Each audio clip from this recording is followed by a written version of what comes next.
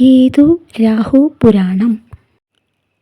പണ്ടുകാലത്ത് ഇന്ദ്രൻ സർവ്വ ഐശ്വര്യത്തോടു കൂടി സ്വർഗം ഭരിച്ചുകൊണ്ടിരുന്നു.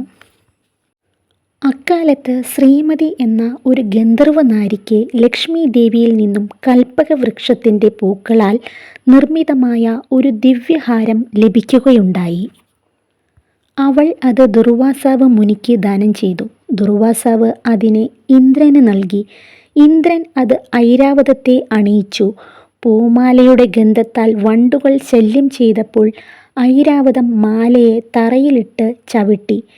ഇതുകണ്ട് ദുർവാസാവിന് കോപം വരികയും ദേവന്മാർക്ക് ഐശ്വര്യങ്ങൾ നഷ്ടമാകട്ടെ എന്നും ജരാനരകൾ ബാധിക്കട്ടെ എന്നും ശപിച്ചു.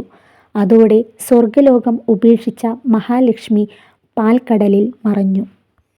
ത്രിമൂർത്തികളുടെ ഉപദേശപ്രകാരം ദേവന്മാർ പാലാഴി കടഞ്ഞു അമൃത് സേവിക്കാൻ തീരുമാനിച്ചു. ദേവന്മാരും അസുരന്മാരും പാലാഴി കടയാൻ തുടങ്ങി. ധന്വന്തരി അമൃതകുംഭവുമായി പാലാഴിയിൽ നിന്നും ഉയർന്നു വന്നു.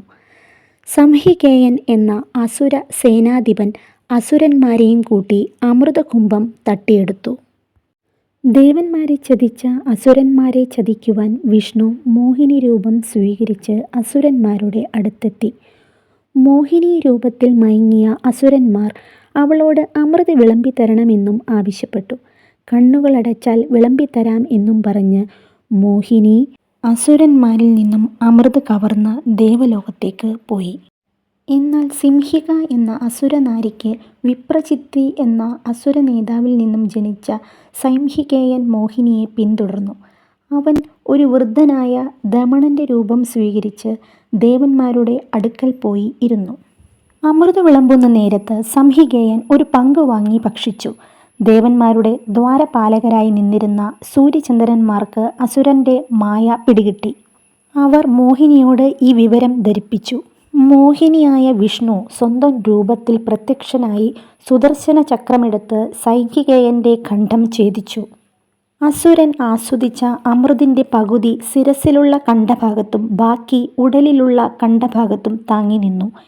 എന്നാൽ അമൃതിൻ്റെ പ്രഭാവത്താൽ അവ രണ്ടു ഭാഗം സജീവങ്ങളായി ശേഷിച്ചു. അവയാണ് കാലക്രമേണ രാഹുവും കേതുവുമായി തീർന്നത്.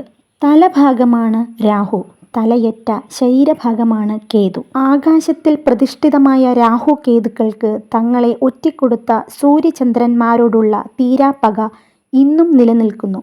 അതിൽ തങ്ങളുടെ സഞ്ചാരവേളയിൽ അവസരം കിട്ടുമ്പോഴൊക്കെ അവർ സൂര്യചന്ദ്രന്മാരെ വിഴുങ്ങും. ഇതുപോലുള്ള പുരാണ കഥകൾ നിങ്ങൾക്ക് ആസ്വദിക്കുന്നതിന് വേണ്ടി ഈ ചാനൽ സബ്സ്ക്രൈബ് ചെയ്യുക.